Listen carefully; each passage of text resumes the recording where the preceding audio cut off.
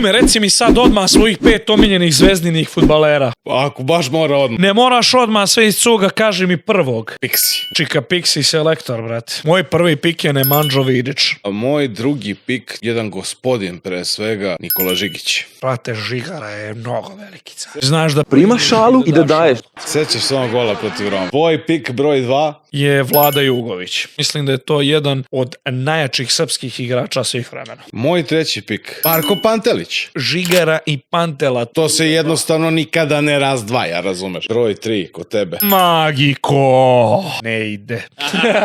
Šalim se, hvala te što si ga dovukla iza laves.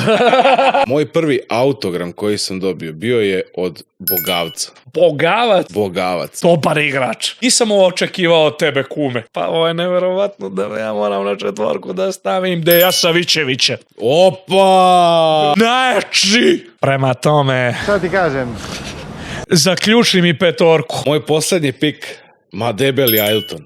On je pravi debeli kum. On je možda čak i originalni. Naljutit će mi se drug, brate. Ko? Marko Vešović.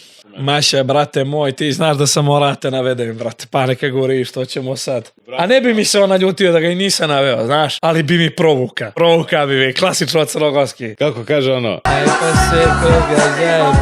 Kažite mi vaših 5 najjačih igrača i omiljenih zvezde.